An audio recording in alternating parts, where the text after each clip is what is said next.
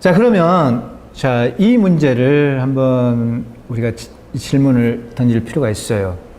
왜 사람이 죄지면은 성소가 더러워지냐는 거죠. 왜 사람 부정 타면은 성소가 자꾸 때가 묻냐는 거죠. 이유가 뭐냐는 거죠. 그걸 우리 찾아볼 필요가 있는데, 자, 이게 무엇 때문이냐면요. 언약 때문이에요. 언약.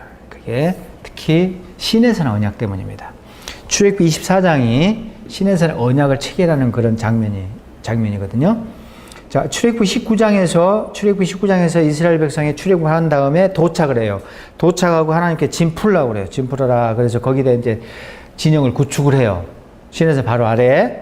그리고 모세는 바로 산으로 불러 들이셔요. 호출을 하셔요. 그래서 산 위로 바로 올라가요. 모세는 올라가서 뭘 받아오냐면은 말씀을 받아가지고 와요. 그게 이제 그 모세가 받아온 말씀이 출애굽기 20장 10계명부터 나와요. 20장이 10계명이고 그 다음에 21장, 22장, 23장이 율법들이에요.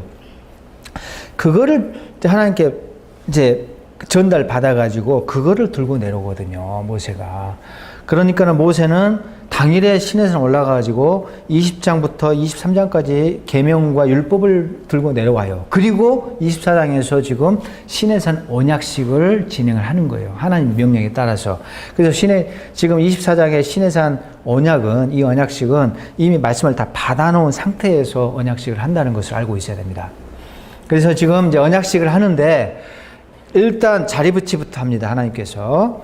자, 일단은 하나님께서 말씀하시기를 대표들과 함께 올라와라 이렇게 말씀하시는데 자리 배치를 이렇게 하라고 말씀하셔요. 모세는 가장 가까이 하라. 모세만 여호와께 가장 가까이 올 수 있다라고 말씀하시고 그 다음에 대표들은 가까이 오지 말라. 조금 떨어져 있으라 이렇게 말씀하시고 백성은 아예 올라오지 말라 이렇게 해요. 그러니까 삼중구분되어 있죠. 백성들. 그 다음에 백성의 대표들은 누구냐면 장로들, 70장로하고 그 다음에 제사장 내정자, 아론과 그 아들들이에요. 5명입니다. 제사장 내정자들이에요. 그러니까 75명이죠. 75명은 더 가까이 가요. 근데 근접해서 아주 가까이 갈 수는 없어요. 모세만 그거 가능해요. 그러니까 모세만 하나님 앞에 가장 근접해 있고 그 다음에 백성의 대표들은 좀 떨어져 있어요. 그 다음에 일반 백성들은 저만큼 먼 발치 떨어져 있어요. 3중 구분이 되어 있는 거예요. 그러니까 시내산 아래에 3중 배치되어 있어요. 백성들 결국. 이걸 우리가 확인해 볼 수가 있어요. 자, 그러니까 모세가 이렇게 자리 배치를 하라고 말씀하시고 백성들을 그날 일단 자리 배치를 하고 이게 뭐하고 똑같냐면 예비 소집입니다. 지금 이거는 언약식 전날이에요. 전날 자리부터 지금 배치를 해주고, 예행 연습 비슷해요. 그 다음에,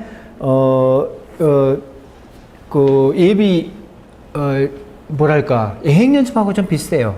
예행 연습 비슷한데, 전날 자리 배치를 이렇게 하고, 그 다음에 모세가 말씀을 낭독을 해요. 말씀과 모든 율례를 낭독해요. 제가 말씀드렸죠. 받아가지고 내려왔어요. 그것을 백성들한테 쫙 한번 낭독을 해요. 낭독을 하니까 백성들이 아멘 합니다. 그리고 그날은 일단 이제 전부 해체를 합니다. 집으로 돌아가요. 집으로 돌아가는데 이때 말씀과 율례는 십계명과 율법들인데 제가 말씀드린 20장부터 23장까지 내용입니다.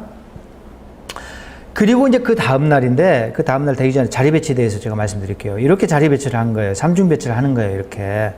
정상 쪽에 모세만 들락날락 할 수 있어요. 여기는 모세 자리예요. 그 다음에 백성의 대표들, 장로들은 좀 더 가까이 와라. 이게 지금 가까운 구역인데 이게 지금 백성의 대표 자리입니다. 그 다음에 먼 구역, 먼 발치 산 아래쪽에 백성 자리예요. 3중 구분이 되어 있어요. 이렇게 되어 있는데 이게 딱 성전하고 똑같은 구조로 되어 있다는 거죠. 성전이 그렇게 되어 있어요. 성막 혹은 성전이 이게 3중 구분이 되어 있다는 거죠. 이게 정확하게 지금 시내산이 결국은 성전이라는 거예요. 시내산 성전이에요. 그 자체로 거대한 성전입니다. 그러니까 여기 성막을 기준으로 보면은 이 자리가 바로 지금 지성소 자리예요. 그러니까 모세만 들락날락했죠. 여기는 이제 나중에 누구만 들락날락하죠? 한 사람, 아론 대제사장만 이제 출입이 가능하잖아요.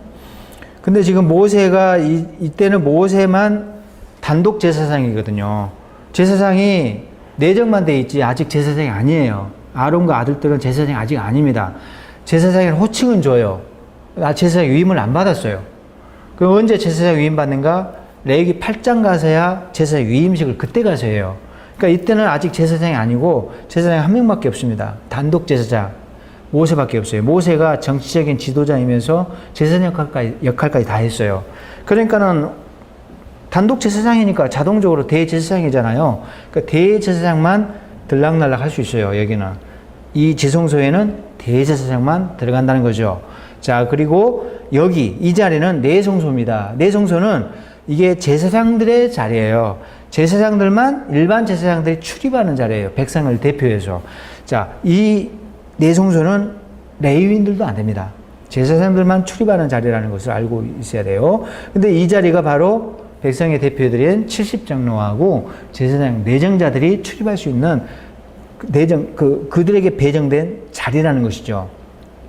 자, 여기가 이제 백성의 자리예요. 여기는 일반 백성들이 와서 제사를 드리는 공간이에요. 근데 여기는 못 들어온다는 거죠. 그래서 백성들은 먼 구역에 자리를 잡아라. 이렇게 하나님이 이렇게 배치를 다 합니다. 삼중 배치죠. 여기 삼중 구분이죠. 이게 지금 결국은 뭐냐? 시내산 자체가 지금 성전이라는 것을 우리가 확인할 수가 있습니다. 여기 제단 있잖아요. 제단. 여기도 제단이 있어요. 이렇게 제단. 그래서 하나님이 모세에게 임시 제단을 만들어라. 이렇게 명령을 해요. 그 장면이 이제 다음 날입니다. 자, 보세요. 모세가 이제 모든 말씀을 24장이에요. 계속 모든 말씀 기록했다잖아요. 그 전에 기록이 안 돼 있어요. 모세가 다 암기해서 낭송한 거예요. 시내산에서 꼭대기에서 하나님한테 말씀 받아와가지고 통째로 머릿속에 담겨져 있어요. 모세는 그 정도 급의 능력이 되는 사람이에요. 오메 좀 부러워요. 저는 그런 모세가. 자, 어쨌든 특별한 하나님의 또 은혜가 있죠. 그래서 말씀을 다 저장해서 그걸 가지고 이제 낭독을 한 거예요. 암기한 것을. 근데 자기가 죽으면 말씀 전수가 안 되잖아요. 그래서 기록을 해요. 양피지 두루마리예요. 그래서 끙끙대면서 그날 전 밤새 저녁 내내 이렇게 모세가 그거를 다 기록을 했어요. 그래서 두루마리를 만들어 놨어요. 기록하고 다음 날이 됐단 말이죠. 다음 날 아침에 이제 전날 예행연습 했으니까 다음 날이 됐어요. 제단을 쌓아라 하잖아요. 제단을 쌓아라. 그 다음에 제단 주위에 멋있게 이제 장식을 해요. 12기둥 세우고, 이런 일을 이제 이렇게 해서 세리머니 준비를 하는 거예요. 언약식을. 본격적 본 드라마예요. 지금 본 행사예요. 전날은 예행연습이었고. 그래서 청년들을 지금 제사장이 없어요. 제사장이 없으니까 청년들로 하여금 신실한 청년들을 선발해가지고 제사를 드리게 해요. 소로 번제와 화목제를 드리게 해요. 자, 근데 여기 우리 한글 성경에 소로 단수로 돼 있네. 근데 번제 화목제잖아. 적어도 제사가 두 종류니까 소가 한 마리는 아니겠죠. 소들이에요. 그래서 영어 성경에는 소들로 돼 있어요. 소들로 번제와 화목제를 드리게 하고 이렇게 돼 있는데 소들로 돼 있지. 히브리어도 영어도 소들로 돼 있어요. 근데 몇 마리인지 몰라요. 근데 추론컨대 12기둥이니까 12지파가 한 기둥씩 해서 12기둥이거든요. 이 소도 각출을 했어요. 번제 12마리. 화목제 12마리. 틀림없이 그렇게 각출을 했을 거예요. 한 지파가 규모가 얼마나 큰데 소 한 마리 정도는 바쳐야죠. 번제용 한 마리하고 화목제 한 마리 정도는 충분하죠. 그러니까 틀림없이 지파별로 번제용, 화목제용 소를 한 마리씩 제일 좋은 걸로 이렇게 준비를 했을 겁니다. 그러면 총 몇 마리죠? 24마리예요. 틀림없이 제가 보는 견지에서 이 큰 행사에 24마리 정도의 소가 동원되는 것은 상식이라고 저는 생각합니다. 틀림없이 24마리라고 보고, 그 다음에 피를 가지고 반은 여러 양푼에 담고, 자, 소가 많으니까 양푼이 여러 개예요, 지금. 근데 반씩 또 나누잖아요. 여러 양푼에 반 담고 12마리 분량이에요. 12마리 나머지 분량을 이렇게 따로따로 준비를 합니다. 양푼 소 12마리 분량 따로 준비하고 또 소 12마리 분량 양푼을 절반씩 나눴어요. 그래서 반을 일단은 어디에 뿌려요? 제단에 뿌린다겠죠. 그래서 아까 제단 시내산 아래 시내산 성전이니까 성전에는 제단이 있어야 되니까 여기 제단을 쌓았잖아. 임시 제단 쌓고 거기에 피를 이제 뿌려대는 거죠. 피를 뿌리고 반 남았어요. 그러면 제단에 12마리 분량의 피가 뿌려졌다면 제단이 어떻게 될까요, 여러분? 제단 규모가 성막을 기준으로는 2.5m짜리예요. 2.5m, 가로 세로 2.5m 규모 정도 되거든요. 성막에 있는 제단을 기준으로 하면은. 아마 추정컨대 그 정도 사이즈로 만들었다고 이제 생각해 볼 수가 있는데, 어쨌든 그 제단에 피를 이렇게 뿌려대면 제단 벽이 어떻게 될까요? 피로 흥건하게, 피범벅이 되겠죠. 피바다가 돼요. 그러니까 제단 자체가 피로 흥건하게 되는 거죠. 그 다음에 피가 또 반 남았어요. 남았는데, 자, 그 전에 피를 뿌리기 전에 언약서를 가져다가 백성에 낭독을 합니다. 난데없이 언약서가 어디서 왔어요? 이 언약서가 뭐예요, 지금? 하늘에 뚝 떨어졌어요. 모세가 들고 왔나요? 근데 이 언약서가 어디 있다가 갑자기 나타난 거죠? 이 언약서가 바로 이거예요. 이 언약서가 바로 모세가 기록한 그 계명과 율법들, 두루마리예요. 두루마리 기록했잖아요. 그 두루마리 언약서를 가지고 온 거죠. 이게 바로 언약서를 말하는 거죠. 이걸 가지고 와서 이번에는 지금 아무것도 안 보고 낭송해가지고 암기한 상태로 낭송을 한 것이 아니라 두루마리를 멋있게 쫙 펴가지고 쫙 폼나게 이제 낭송을 한 거죠. 전날은 그냥 안 보고 했지만 백성들에게 낭독하여 듣게 하니, 전날 낭독을 하니까 백성들이 아멘 했어요. 지키겠다고. 마찬가지로 여기서도 다시 한번 백성들이 우리가 이 말씀을 준행하겠습니다. 지키겠습니다. 라고 해요. 한마디로 말하면 아멘 한 거죠. 백성들이 이 말씀에 순종하겠다고 약속을 하니까 됐어요, 그러면. 그 약속했으면은, 그럼 사인하는 거죠. 자, 언약식이라는 것은 일종의 결혼식입니다. 신랑한테, 검은 머리가 팥뿌리가 되도록 신부를 사랑하거든요. 거기서, 아니요! 하면은 거기서 쫑나요. 바로. 근데 거기서 신랑이 예! 해야지 결혼이 성사가 되죠. 신부한테도 물어보죠. 신랑을 그렇게 사랑하거든요. 그럼 예! 해야 됩니다. 그러면 성혼을 선포합니다. 그리고 이제 거기서 사실은 결혼이 법적으로 성사가 되는 거죠. 마찬가지예요. 여기서도 말씀을 이렇게 지킬 수가 있느냐라고 하니까 백성들이 아멘 했어요. 그럼 된 거죠. 그러면은 계약이 성립이 된 거예요. 언약식이란 게 바로 그런 것입니다. 그렇게 해서 그 마지막 확인 도장이 뭐냐? 나머지 피를 뿌리는 거예요, 이제. 됐습니다. 하고 이제 피를 뿌리는 동작인데, 나머지 피를 가지고 와요. 자, 12마리 피가 분량이 남았잖아요. 엄청난 피가 남았어요. 지금 여러 양푼이 남아 있어요. 그 피를 가지고 이제 누구한테 뿌리죠? 백성한테 뿌려요. 자, 짠. 여기서 주목하셔야 될 게 뭐냐? 제가 앞서 말씀드렸죠? 구약에서는 피를 사람한테 뿌린 법이 없어요. 항상 제단에 뿌렸다니까요. 근데 여기서 유일하게 사람한테 뿌려요, 사람한테. 근데 보통 양을 뿌린 게 아니라 소피 12마리 분량을 왕창 뿌려야 됩니다. 어마어마하게 많은 양을 뿌려버려요. 자, 그런데 여러분, 이 백성이라고 했는데, 이 백성이 그 산 길석에 있는 모든 백성을 가리킬까요? 그게 아니죠. 그게 아니고, 이 백성은 누굴까요? 앞자리에 지금 앞자리에 대표로 앉아있는 백성의 대표들입니다. 몇 명이라겠죠? 70장로하고 아론과 네 아들이에요. 근데 성경에는 아론과 두 아들만 이름이 나와요. 장남, 차남만. 원래 셋째, 넷째는 소름 받습니다. 이름이 안 나와 있지만 다 같이 앉아 있어요. 제사장 내정자 자격으로. 그래서 5명의 제사장 후보자들이 앉아 있고 75명이 앉아 있어요. 75명의 사람들에게, 앞자리에 앉아 있는 사람들에게 피를 뿌려댄 거예요. 그러니까 백성의 대표에게 피를 뿌리면 백성 전체에게 피가 뿌려지는 효과가 있는 거죠. 제단이 성전 전체를 대표해요. 제단에 피를 뿌리면 성전 전체 피가 뿌려지는 효과가 있는 거죠. 제단이 여기서 지금 성전을 대표하고 백성의 대표, 장로와 제사장 내정자 75명이 모든 백성을 대표하고 있어요. 그러니까 거기에 피를 뿌리면 백성 전체의 피가 뿌려진 거예요. 제단에 피를 뿌리면 성전 전체의 피가 뿌려지는 셈이고, 이렇게 대표성을 갖고 있어요. 피를 뿌리는 거죠. 자, 12마리의 분량의 피를 75명의 사람이 뿌려야 되면 어떻게 될까요? 아까 제단이 어떻게 됐죠? 12마리의 분량의 피를 뿌리니까 제단이 피바다게 됐죠. 피로 흥건하게 됐죠. 그러면 머리부터 발끝까지요, 축축해집니다. 피를 막 양푼 들고 와서 막 뿌려 대보세요. 축축해져요. 75명의 사람들이 피범벅이 돼요.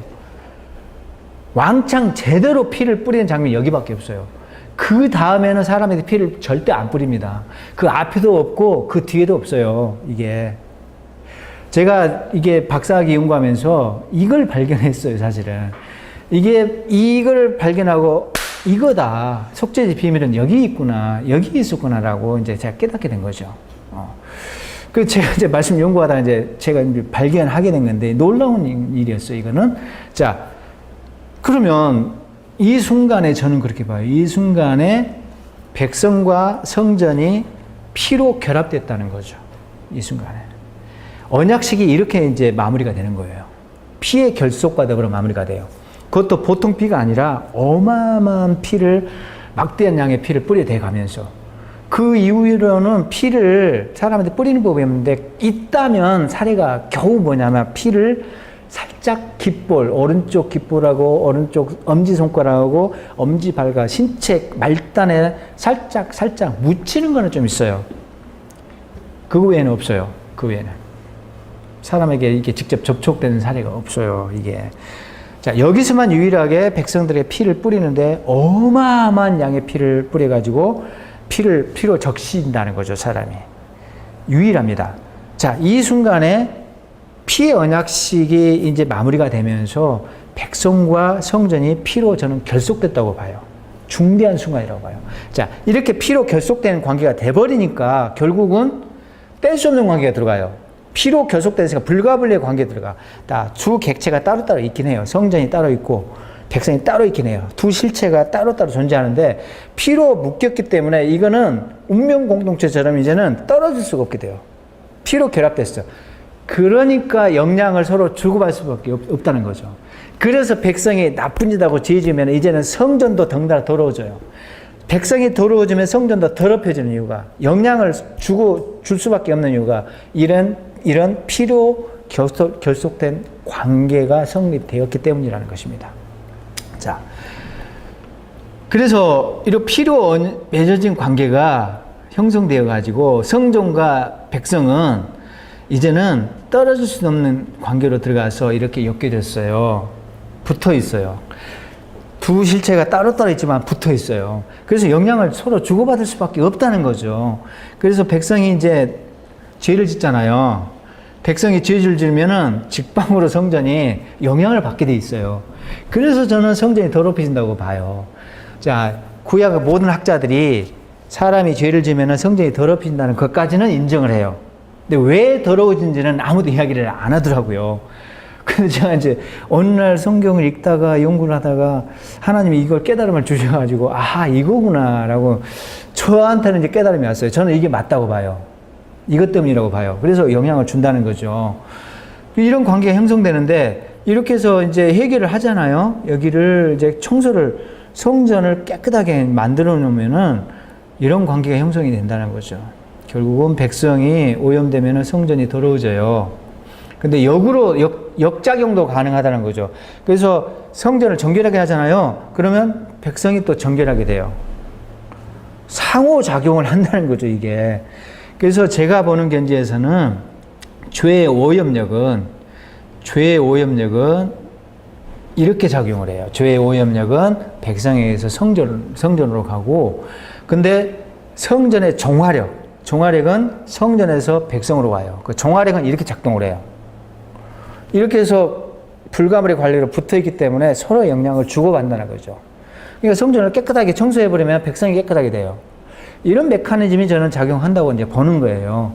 저의 이제 그 박사학위 논문이 이제 이런 걸 쓴 거예요, 사실은. 자, 예수님께서 이런 말씀하셨죠. 똑같은 말씀하셔요. 이게 예수님께서 신에서는 언약을 반복하시거든요. 아까 조금 이제 다시 돌아가서 보면은 신의 언약에서 이런 말씀으로 언약이 뭐라고 말씀하냐면 모세가 마지막 말이 백성이 뿌리고 난 다음에 언약의 피다 말을 해요. 이게 언약의 보통 피가 아니라 언약의 피다 이렇게 말을 하는데 여기 이제 나중에 예수님께서 6월절 만찬 때 똑같은 말씀 하시거든요. 6월절 만찬 때 이 말씀 하시잖아요. 이것은 나의 언약의 피다라고 말씀하셔요. 그러니까 6월절 만찬은 6월절 만찬식이면서 새 언약을 새로운 신에서 언약을 체결하는 현장이었어요. 두 가지가 동시에 발생했다고 봐요. 6월절 만찬이면서 새로운 신에서 언약 체결식이었어요. 그래서 그때는 짐승의 피가 아니라 자신의 피를 갖고 그 언약을 체결하는 거죠. 새 언약을 체결하는 거죠. 그래서 이제는 자기 피를 그들에게 뿌리는데 그 뿌리는 방식이 이제는 마시라고 하는 거잖아. 근데 이제 여러분, 여기서 우리가 흥미로운 사실은 뭐냐? 성전이 없잖아요. 사람한테 먹어라, 제자들한테 먹어라 했잖아요. 왜 그러죠? 제자들이 이제 성전이니까, 사람이 성전이니까 사람한테 먹어라 이제 한 거죠. 이런 관계의 성립이 되는 거죠. 자, 그러니까 결국은 너희가 성전이라고 했잖아요. 이제 사람 성전 시대가 열린 거죠. 그래서 제자들을 모아놓고 성전 대신 예수님이 성전으로 이 땅에 오셔가지고 성전과 결합된, 예수 믿고 성전과 이렇게 결속이 된 모든 사람들이 함께 지어져가는 성전이 되게 했어요. 그러니까 제자들이 다 성전이 되는 거죠. 그래서 그 성전된 제자들에게 내 피를 마셔라라고 해가지고 그들에게 피를 뿌리는 거죠. 자, 구약에서는 피를 2번 뿌렸어요. 시내산에서는 먼저 제단에 왕창 뿌리고 어마어마한 양을 뿌리고 그 다음에 말씀 낭독하고 그 다음에 백성들한테 피를 왕창 뿌렸어요. 그래서 피로 결합돼서 2번을 뿌려서 피로 결합시켜줬어요. 근데 지금은 이제 어떻게 되죠? 너희가 성전이잖아요. 너희가 하나님의 성전이다 했잖아요. 그래서 성전이 곧 백성이고 백성이 곧 성전이니까 한 번만 뿌리면 돼요. 그래서 사람한테 뿌리는 것이 성전에 뿌리는 것이 됩니다. 결국 이런 결과가 나오는 거죠. 그러니까 신약에서는 맨 사람한테 뿌리는 거예요. 구약에서는 성전에 이제 뿌려야 되고 계속 성전에 뿌리고 신약에서는 사람한테 뿌려요. 근데 그 신약에서는 사람한테 뿌리는 것이 곧 성전에 뿌리는 셈이 되죠. 2번 뿌릴 필요 없어요. 이제 한 번만 뿌리면 돼요. 자, 이런 관계가 형성이 된다는 거죠.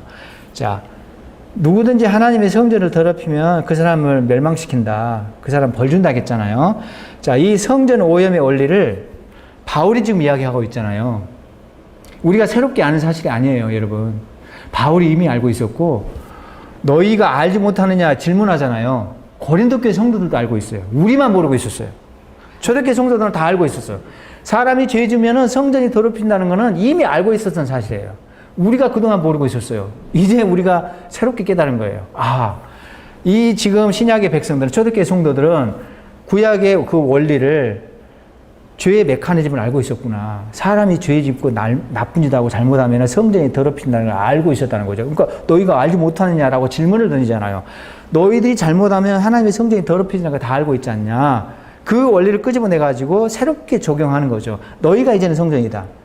그럼 너희가 잘못하면 어떻게 되는가? 너희들이 성전이기 때문에 교회가 더럽힌다라고 말해요. 더 이상 건물 성전이 더럽히는 게 아니라 성전된 너희 한 사람 한 사람의 죄로 말미암아 전체가 지금 영향을 받는다라고 이야기를 해요. 그러니까 한 사람의 죄가 전체의 문제가 돼가지고 한 사람의 죄로 말미암아 하나님의 거룩한 교회가, 성전된 교회가 오염이 된다는 거죠. 그래서 이 원리를 끄집어와가지고 너희들이 나쁜 짓 하면 안 된다라고 이야기를 하고 있어요.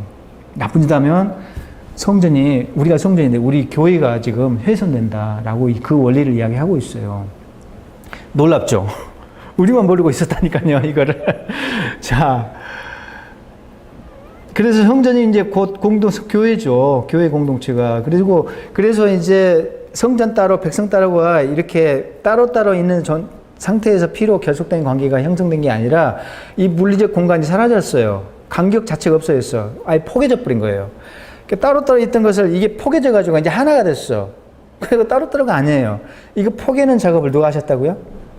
예수님이 하셨다는 거죠. 아예 포개버렸어.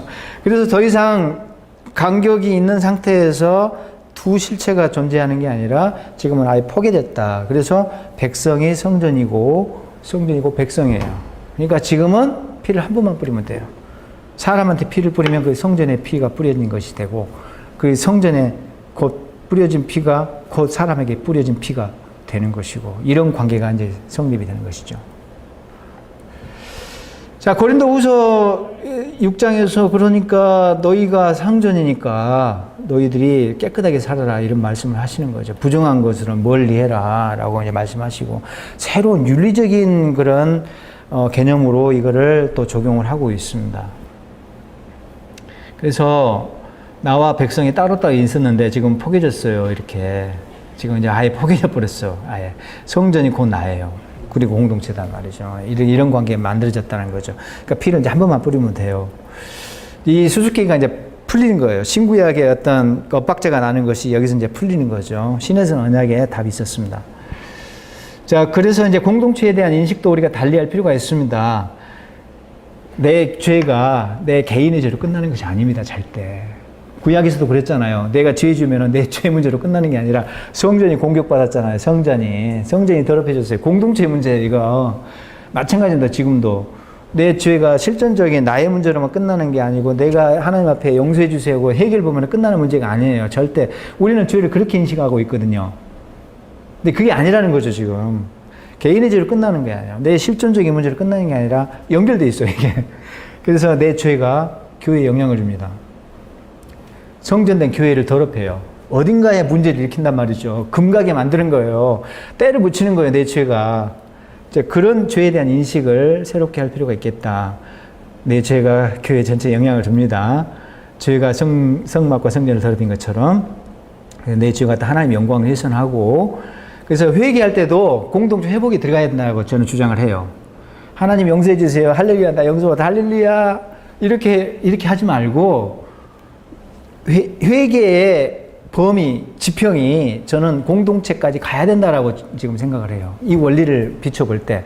그래서 하나님 용서해 주세요. 근데 하나님 나 때문에 공동체가 어딘가 문제가 생겼다면, 깨졌다면, 찌그러졌다면 하나님 그것도 회복시켜 주세요.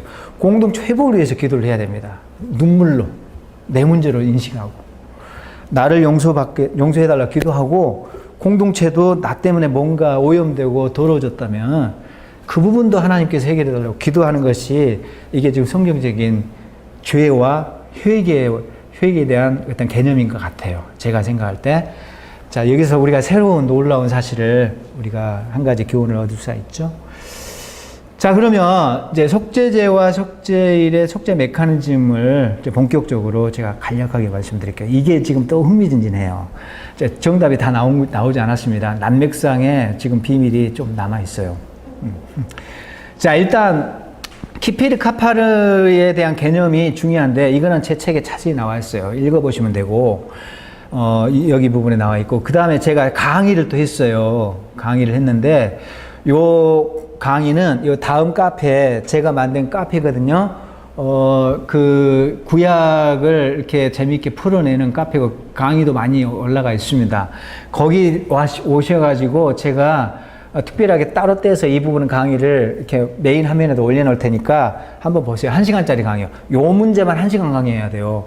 키페르 카파르, 뭐 덥다냐, 뭐 덥다냐, 씻다냐, 뭐냐 이게. 보통 우리가 덥다라고 생각하는데, 단순한 문제가 아니에요.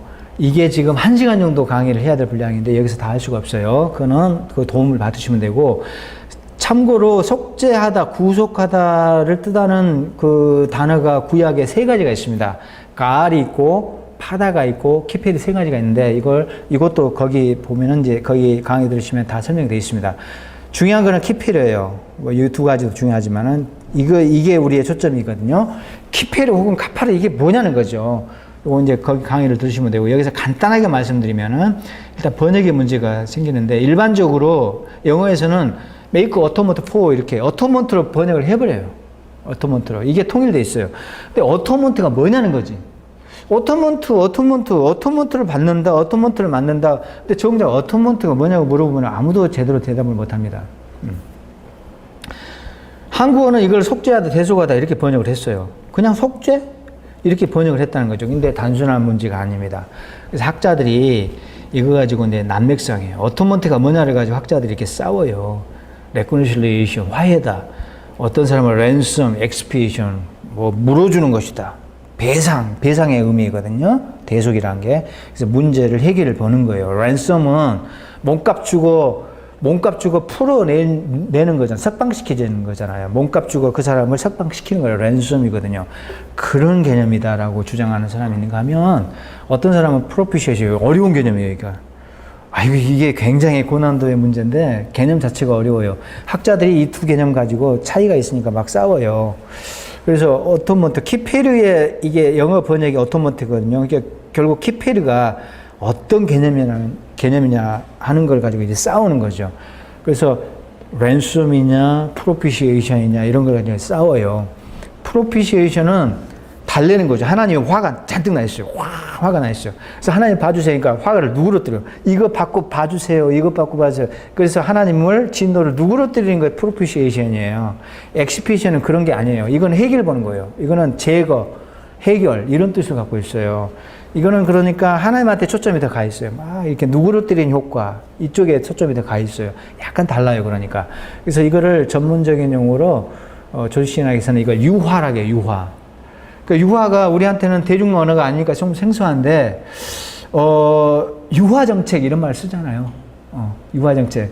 그러니까 또 안 쓰는 것도 아니더라고. 그래서 유화가 좋은 번역이에요. 유화가 뭐냐? 부드럽게 만든다는 거죠. 하나님을 화가 나 계시는데 내 죄 때문에 그것을 이제 제물을 바쳐가지고 유화시킨다는 거죠. 그래서 진노를 누그러뜨리게, 화를 누르시게 이제 한다는 거죠. 그런 효과를 이제 갖고 있다라고 주장을 하는 거죠. 그 외에도 이제 요즘 와서는 씻어내는 것이다, 이거. 씻는 거다. 키피는 뭐냐? 뭐 씻는 거다. 이렇게 주장하는 사람도 있고, 이렇게 난맥상이에요, 이게. 논쟁이 아주 심각합니다, 이게. 이게 난감해요, 번역이. 왜냐면은 당장에 이거를 이제 속죄로 번역을 해요. 기계적으로 속죄라고 번역을 해 놓잖아요. 뭘로 번역을 해야 될까 고민하다가 그냥 속죄로 가요. 그 영어는 오토마토로 갔고, 우리말은 속죄로 갔어요. 일단은 이렇게 번역을 해 놨는데 문제가 발생하는 거예요. 이렇게 번역을 해 놓으니까. 이렇게 속죄하다로 옮겨 놨는데 안 들어맞는 부분이 있어요. 번역 문제 대표적인 예가 뭐냐면은 향단을 속죄한다 이렇게 나와요. 출애굽기 30장 10절에 향단을 속죄할 것이요. 일단은 키필요예요. 향단을 속죄한다고 해놨어요. 근데 여러분 향단이 죄를 지어요?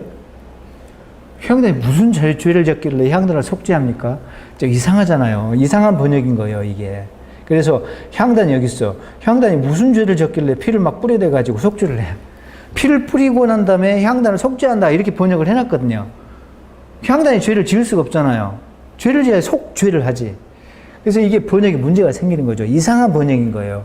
여기서는 어울리는 번역이 향단을 청소한다가 맞아요. 그러면 키페리가 그러면 청소하단가? 그러면 키페리가 청소하다면 다른 문맥에는 안 맞아버려요, 또. 이런 복잡한 문제가 생기는 거죠. 자, 그래서 향단을 속죄한다. 사물이 어떻게 속죄받냐. 자, 그래서 키페리가 이제 문제가 되는 건데, 키페리에 대해서 크게 세 가지가 있습니다. 덥다. 전통적으로 이렇게 많이 주장을 하죠. 근데 이게 문제는 근거가 빈약해요. 왜 빈약한지는 제대로 된 강의를 이제 보시면 되고, 그 다음에 두 번째, 씻다라는 주장을 이제 강력하게 해요. 이게 향단을 씻는 거지. 향단을 속죄시키는 게 아니지 않냐고.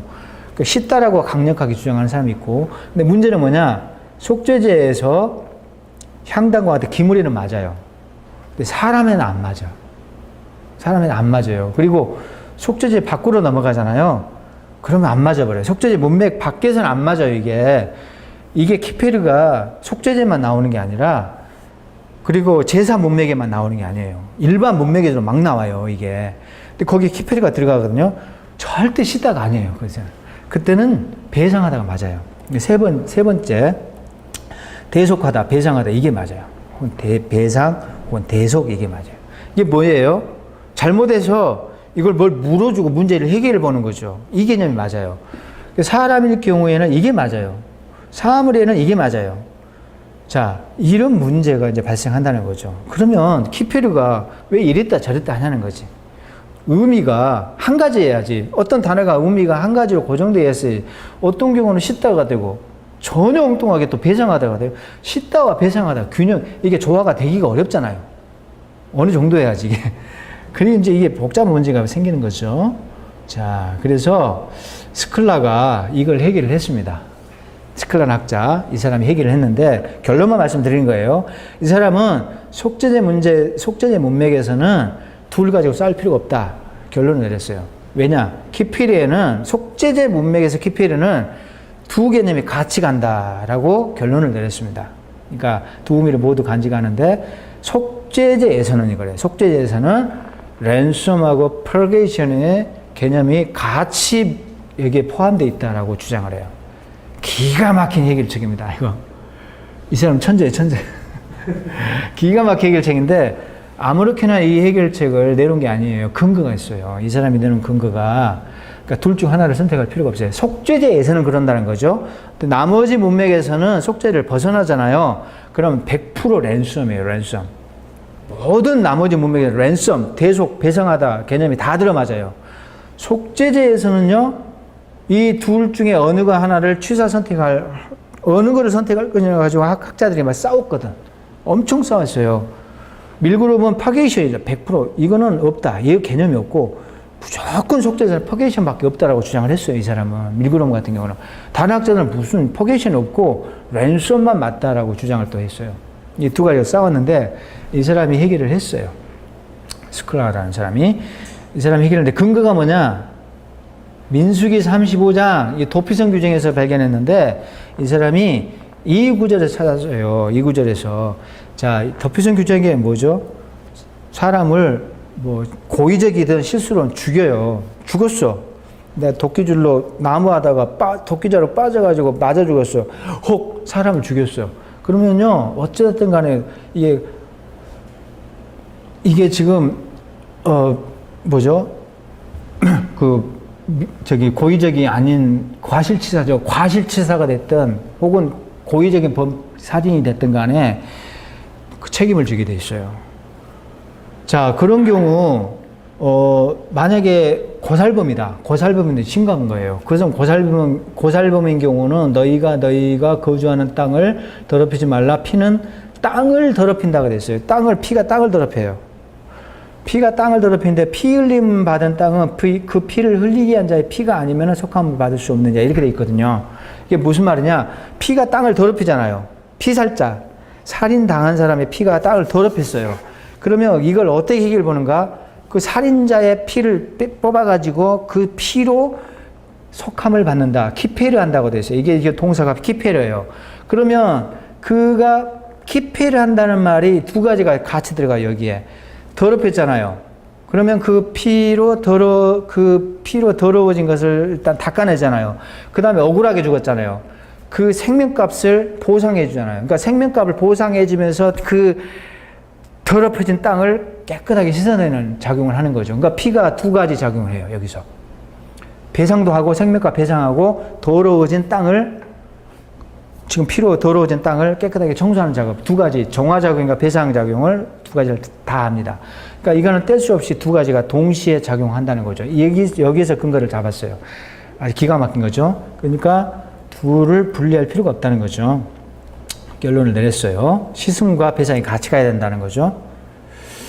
자, 그래서 피로 배상하고 씻어낸다는 거죠. 이 두 가지가 취사 선택의 문제가 아니라는 거죠. 속죄제에 이게 딱 적용된다는 것입니다. 자, 그러면 속죄제와 속죄에 대한 제2론을 이걸 지금 기반으로 이 문제를 해결해야 돼요. 지금 이 키페르가 뭐냐를 기반으로 이걸 토대로 속죄제와 속죄일의 재반 이론을 살펴봐야 되거든요. 여기에 대해서 네 가지 견해가 있어요. 밀그롬, 개인, 기우치, 김경렬 네 가지 견해가 있는데 이 사람들 견해만 알면 돼요. 자, 먼저 밀그롬 견해는 제가 이중 속죄론이라는 말을 붙였어요. 조금 어렵습니다. 정신 바짝 차리셔야 돼요. 이거는 좀 반복해서 좀 들어야 될 겁니다. 제가 한번 쫙 강의하고 넘어가지만 여러분들은 두 번 정도는 아마 들어야 될 거예요. 이거 복잡해요. 미리 제가 예방주사 놨어요. 쫑긋하고 들으셔야 돼요, 지금. 자, 밀그롬 견해는 제가 이중속죄론 이렇게 타이틀을 붙였는데, 일반 속죄제예요. 그러니까 평일에, 누군가가 죄를 범했어요. 그러면 이런 방식으로, 문제가 해결됐다라고 주장을 하는 거죠. 자, 밀그롬이 말하는 속죄의 최종적 효과가 어떻게 나오는가? 잘 보세요. 사람이 죄를 졌어요. 죄를 지으면은 오염된다는 거죠. 밀그롬이 강력하게 주장한 거예요, 지금. 이게 지금 모든 사람들이 이걸 수용하고, 저도 수용하고, 잘 찾아냈어요, 밀그롬이 이거를. 그러니까 천재예요, 밀그롬은. 자, 죄를 지었으면은 죄로 말미암아 죄의 도끼가 침투해서 성소가 오염된다는 거 앞에서 살펴봤어요, 우리가. 물론 그 사람의 연급과 계급에 따라, 신분에 따라서 들어가는 정도가 달라요. 또 죄가 뭐냐에 따라 들어가는 정도가 다르고, 세면 쓸수록 안으로 들어갔어요. 자, 어쨌든 성전이 오염이 돼요. 사람이 죄를 지으니까. 자, 이걸 이제 어떻게 해결하는 거죠? 이 상태를. 요 상태를 해결해야 돼요, 지금. 요 상태를. 자, 사람이 죄지어서 성전이 더럽혀졌어요. 지금 이 두 가지를 다 같이 해결해야 돼. 어떻게 해결할 것이냐는 거죠, 이거를. 자, 하나하나 이제 해결해야 되겠죠. 자, 밀고름 해법은 이거예요.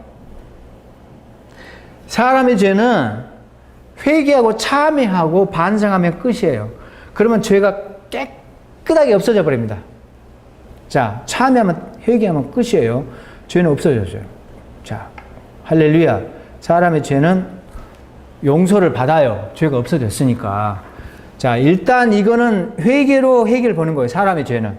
자, 이 두 개를 어떻게 해결할 것인가? 해법이 뭐냐? 밀고름 해법은 인간의 죄는 회개하면 된다. 요거예요. 그러면 이 오염은 어떻게 해결할래? 자, 오염 남았지?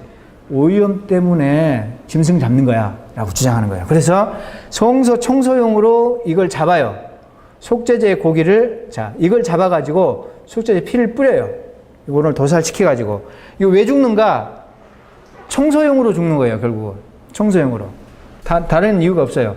그래서 짐승을 잡아가지고 피를 내가지고 속죄제 피를 뿌려서 성소의 오염을 이렇게 닦아내면은 어떤 현상이 나타나는가? 이 성소의 그 오염이 피에 빨려가지고 고기에 흡수돼요. 그럼 고기가 더러워져. 이 짐승이 더러워진 상태야. 그러니까 내다 버렸다는 거죠. 저는 동의를 해요. 여기에. 이게 더러워졌어. 이게 더러운 걸 청소했기 때문에 더러워진 게 맞아요. 그래서 저는 이게 지금 상태가 안 좋다고 저는 동의를 합니다. 근데 문제는 뭐냐? 죄는 여기 안 넘어가요. 죄는 여기에 상관이 없어. 죄는 그럼 어떻게 없어졌는가? 죄가 이쪽으로 전가된 게 아니라 죄는 내가 회개해가지고 내적인 정화장애 어떻게 해서 내가 쏟아내서 사라져버렸어. 내가 토에 내가지고 없어진 거예요. 죄는 그렇게 없어지지 뭐 짐승이 넘어가지 않아. 뭐 이게 트랜스퍼 전가, 뭐 전가라는 말로 우리는 이제, 왜냐, 전가라는 것은 책임이 거기 같이 넘어간다는 것이니까 전가라는 말이 괜찮다고 봐요. 이걸 가지고 또 따진 사람이 있어요. 이동이다.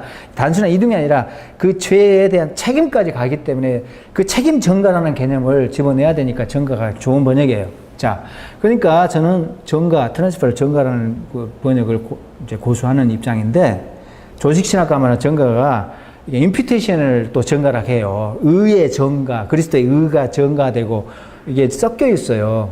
그는 구분하셔야 돼요, 문맥에 따라서. 자, 어쨌든 죄는 안 넘어와요, 절대로. 여기서 끝나버린 거야, 그냥. 자, 그렇게 오염이 되는 걸 피로 이제 닦아냈잖아요. 그러면 깨끗하게 됐죠? 깨끗해진 거예요, 할렐루야. 성전도 깨끗해졌네? 둘 다 깨끗해졌어.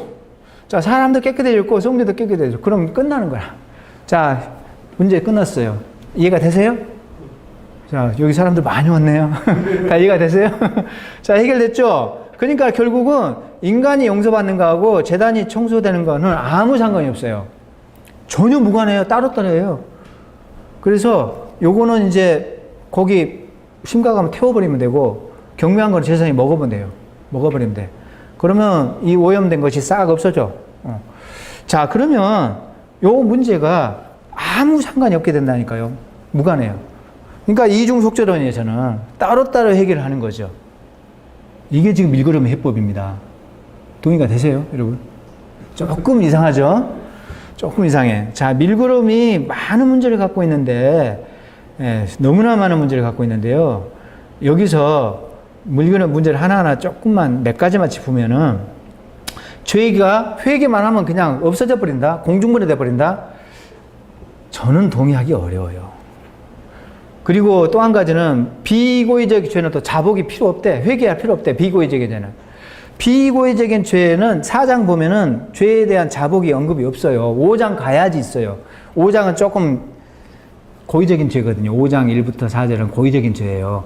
고의성이 있는 것만 자복이 필요했고, 4장에 있는 비고의적인 무심코 지은 죄는 자복이 불필요했다라고까지 이야기해요. 아유, 내가 왜 이랬지 하고 죄에 대한 죄책감만 느끼면 된대. 충분하대. 그러니까 자복도 필요 없어요. 죄를 고백할 필요도 없어.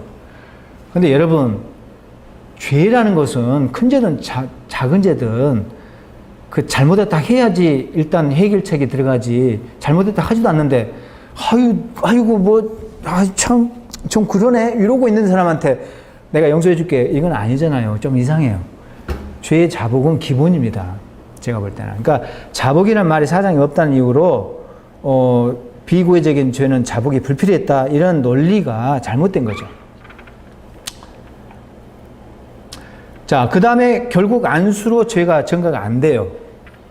그리고 한손 안수를 주장하거든요. 한손 안수니까 동물 제사에서는 한 손만 올렸다고 주장을 해요. 한 손은 어떤 역할을 했는가? 이게 소유구만 확인했다고 봐요. 그러니까 이게 내 거다라고 확인만 해주는 역할을 했다. 그러니까 아무 다른 의미가 없어요. 이것이 내 겁니다라는 확인해주는 역할만 했을 뿐이에요. 소유권 확인. 두 손일 때는 죄가 넘어간다고 주장을 해요. 근데 두 손일 때는 죄가 옮겨다닌다라고 말하고 한 손일 때는 죄가 절대 안 옮겨진다. 근데 이때는 동물제사에서는 한 손만 올렸다는 거예요. 아사슬 염소에만 두 손 올렸고 이때는 한 손만 올렸기 때문에 죄가 옮겨가지 않았다라고 주장해요. 한 손에는 그런 기능이 없고 내 거다는 이렇게 확인만 해주는 역할만 했다는 거죠. 이렇게 주장을 해요. 근데 이 논리가 다 깨져요. 결국. 자, 그리고 피가 제단의 오염을 닦아냈다고 이제 주장을 하고 이거는 가능해요. 어떤 사람은 그래요. 아니 피를 저기다 뿌리고 짐승은 여기 있는데 저기서 피를 흡수해가지고 어떻게 이쪽으로 넘어오냐는 거지. 이런 주장을 해요. 반론을. 그러니까 밀그럼 주장이 잘못됐다는 거지. 제단에 피를 뿌렸는데 짐승이 고기는 지금 몸통은 여기 있단 말이죠. 근데 제단의 오염을 피가 빨아들여가지고 이쪽으로 넘어온다? 어떻게 이 점프해서 이쪽으로 넘어오냐는 거죠. 그러니까 이거 말도 비논리적이라는 거죠. 이렇게 주장하면서 이거를 밀그럼이 잘못된 주장을 한다라고 하는데 이게 가능합니다. 충분히 가능해요. 그 사례가 있어요. 자, 집이 무슨 곰팡이 같은 게 생겼잖아요. 그럼 제사장이 딱 보고 철거 명령이 아니고 이거 닦아서 쓰라고 해요. 그런 경우는 비둘기를 두 마리를 준비해 와서 이렇게 청소를 하거든요. 피를 내가지고 한 마리는 죽여요. 한 마리는 죽이고 그 피를 내가지고 우술초로 뿌려요. 이렇게 뿌려. 자, 우술초로 그 부분을 막 뿌려야 되거든요. 왜 이게 우술초로 뿌려야 될까요? 자, 새 한 마리를 잡아가지고 그릇에다가 물을 담아가지고 거기에 피를 내가지고 우술초로 쭉 뿌리거든요. 그러면 피를 뿌리고 요 한 마리는 남아있어요. 살아있어요. 그 놈을 사체를 보내요. 자, 왜 이 놈을 날려보낼까요? 왜? 무슨 말인지 모르겠어요. 무슨 말인지 모르겠죠. 그러니까 제가 어렵다 했잖아요. 자, 무슨 말이냐면 두 마리를 준비해 왔죠. 한 마리만 죽여요. 피를 내가지고 그릇에다가 물을 담아가지고 거기에 백향목 넣고 홍색실 두고 핏빛을 강하게 해가지고 그 다음에 우술초 담가가지고 거기 오염된 건물 그 부분에다 뿌리거든요. 그러면 그게 닦아진다는 거죠. 깨끗하게 돼요. 그 다음에 이놈을 날려보낸다니까요. 그러면 이게 뭘 의미하죠? 더러운 것이 어디로 옮겨졌다는 거죠? 이게 뿌리더니까 더러운 것이 어디로 점프해 왔어요? 이놈은 옮겨왔잖아요. 그러니까 밀그럼 주장이 근거가 없는 것이 아니라니까요. 무슨 말인지 알겠죠? 뿌려대니까 그 오염이 닦여가지고 이쪽으로 흡수돼 온 거예요. 그놈을 날려보는 거죠. 그래서 이놈이 없애버린 거예요. 그러니까 밀그럼 주장이 근거가 없는 것이 아니라 굉장히 근거가 있는 강력한 주장이에요. 저는 100% 동의하고. 이거는 맞아요. 이거는 잘못됐고, 이것도 잘못된, 이거는 맞아요. 3번은 맞는 주장이고. 그 다음에 이제 이것도 맞는 주장이에요. 고기를 이제 어떤 경우에 태우냐. 심각한 죄가 너무 세고 오염이 너무 강하다 보니까 이거 못 먹어요. 태웠다는 거죠.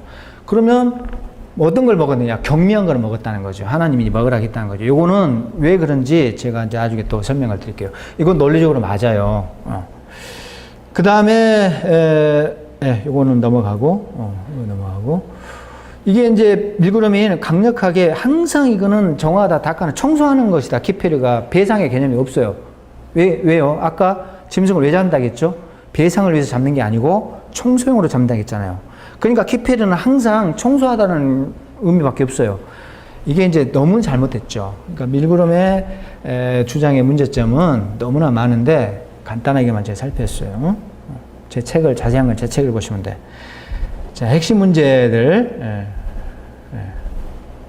자, 요게 이제 가장 큰 문제예요. 자, 사장을 보시면은 속죄 절차를 다 마치고 난 뒤에 제일 마지막에 그 사람이 사함을 얻었다. 사함이 선포돼요. 제사함이. 이게 제사함이거든요. 니슬라흐 해가지고 모든 절차를 마치고 난 다음에 그 사람의 제사함이 선포가 돼요. 그러면 밀구름이 주장이 좀 이상해지잖아요. 죄 사함은 언제 된다겠죠? 죄 용서가 언제 된다겠죠? 밀구름 주장에 따르면은 내가 털어내면 돼요. 내가 죄를 이렇게 내가 솎아내면 공중분해 시키면은 내 죄 문제는 딱 깨끗하게 해결되고 나는 죄사함 받은 거예요, 이미. 그러면 이 죄사함은 또 뭐예요? 여기서 난데없이 모든 제사를 다 마치고 피 다 뿌리고 다 마치니까는 그 사람을 향해서 제사자를 향해서 너 제사함 받았다 이렇게 선언이 되거든요. 이게 이 제사함은 뭐냐는 거죠. 그러니까 밀구름한테 딱 들이내면서 사람들이 이거는 제사함은 어떻게 설명할래? 라고 하니까 밀구름이 어떻게 대답한지 아세요? 이 사람 천재라니까? 이 사람 천재예요. 밀구름이 어떻게 대답한지 아세요? 밀구름 반론은 뭐냐? 이거는 뭐냐? 그 사람의 죄는 해결됐는데 따 문제라는 거죠. 뭔 문제냐? 이게 제단을 지금 더럽혀지지 않냐고. 그 제단 더럽힌 것엔 책임이 없어졌다는 뜻이다. 이렇게 주장을 해요. 그러니까 다른 문제예요. 죄는 없어졌어. 제단을 더럽힌 책임이 면책됐다는 의미에서 제사함 받았다 이렇게 주장한다는 거죠. 그 죄라는 거죠. 그 제사함에 대한 이야기예요, 지금. 별개 문제예요, 그러니까. 이렇게 주장하는데 굉장히 그럴듯하죠. 근데 뭔가 이상한 거예요. 아무리 봐도 뭔가 이상해. 그래서 저는 그 반박 근거를 또 찾았어요. 제가 재반론을 하는 거죠. 만약에 이 사함이 마지막에 뒤따라오는 이렇게 많은 20절에도 소를 바친 다음에 최종적으로, 그 다음에 양 바친 다음에 최종적인 거고, 이건 비둘기 바친 다음에 최종적인 거예요. 3번이나 나와요. 꼭 끝에서. 반복되는데, 만약에 이게 사함이 성소 오염의 문제에 대한 것이라면, 성소를 오염시킨 것에 대한 사함이다라고 한다면, 레위기 12장 7절과 14장 20절에도 똑같이 사함이 선포돼요, 사함. 사함이라는 것이 선포돼야 한다니까. 근데 잘 보세요. 거기서는 종화가 선포되거든요. 종화. 깨끗하게 됐다라고 선포가 되지 죄사함이 선포가 되지 않아요. 요 문맥이 뭐냐면 부정결의 문제거든요. 부정결의 문제. 자, 그러니까 요 덮표를 보시면 알아. 4장에서는 죄 문제거든요. 끝에서 반복적으로 죄사함이 선포돼요. 근데 밀구름은 이거 제단을 더럽힌 것에 대한 책임의 문제라는 뜻의 죄사함이야. 이렇게 말했죠. 그러면 부정결의 문제에서도 똑같이 마지막에 사함이 선포돼야지. 무슨 말이에요? 이해가 돼요? 독자 여러분? 시청자 여러분? 무슨 말이냐? 사람이 부정하게 돼도 죄 문제만 아니라 부정하게 돼도 제단을 더럽힌다고 했어요. 그럼 부정의 문제는 내가 자연정화하고 내가 이렇게 옷을 빨고 해서 해결을 봐요. 그러면 이 문제가 남았잖아요. 그럼 피를 뿌려서 이걸 닦아내야 돼. 그러면 이 책임에 대한 것이 해결됐으니까 마지막에 똑같이 그가 사함을 받으리라 이렇게 나와야 된다는 거지. 이 문제에서. 무슨 말인지 알겠죠? 근데 정결하게 되리라 이렇게 돼 있거든. 그게 뭐냐? 죄 문제는 죄 사함이 마지막에 선포돼요. 부정결의 문제는 마지막에 정결이 선포돼요. 이게 뭐예요? 제사의 최종 결과라는 거죠. 그게 뭐냐? 결국은 제단을 닦아야지만이 결과적으로 그 사람이 제사함으로 연결된다는 거죠. 제단을 닦아야지만이 그 사람이 최종적으로 정결하게 된다는 거죠. 이렇게 돼요. 결국은 요게 이제 핵심이죠. 제사함은 최종적으로 어떻게 얻는가? 제단을 청소해야지만이 얻어줄 수 있는 거다. 그래서 제가 아까 상호작용 이야기했죠. 상호작용. 죄가 성전을 더럽혀. 그래서 죄는 이쪽으로 작용을 해. 사람에서, 백성에게서 성전으로 죄가 작용을 해가지고 이걸 더럽혀. 그 다음에 이걸 뿌려야 되니까, 깨끗하게 만드니까 어떻게 된다고요? 종화력이 어떻게 작용한 종화력이 성전에서 백성으로 와서 사람이 용서되고 종화가 된단 말이에요. 이게 지금 신학이에요. 지금 뭐 생물이에요. 생물학이에요. 지금 물리학 공부하는 거예요, 우리. 이게 지금 재밌죠? 그러니까 이과생에 좀 유리합니다. 문과생보다. 자, 그 다음에, 자, 핵심 문제, 이 자복의 문제 아까 말씀드렸고, 밀구름의 가장 큰 문제는 속죄일이 설명이 안 돼요. 속죄일에 그 죄가 어디서 왔는지를 말을 못 해요. 그 죄가, 그 다음에 그 죄가 어디서 왔는지 말을 못하고 그 죄는 왜 아사세를 동원해서 그러면 해결하지? 설명 못해요. 그 죄가 어디서 왔는지가 일단 설명이 안 되고 밀그룹은. 근데 그 죄를 또 아사세를 염소를 동원해서 해결하는 것도 설명이 안 돼요. 설명 못해. 그러니까는 전혀 지금 논리적으로 속죄일이 설명이 안 되는 주장입니다. 이거는. 그 다음에 또 한 가지는 키펠에 대한 해석이 오류고 청소한다라는 의미만 갖고 있다는 그게 오류고. 자, 요건 이제 넘어갈게요. 이거는.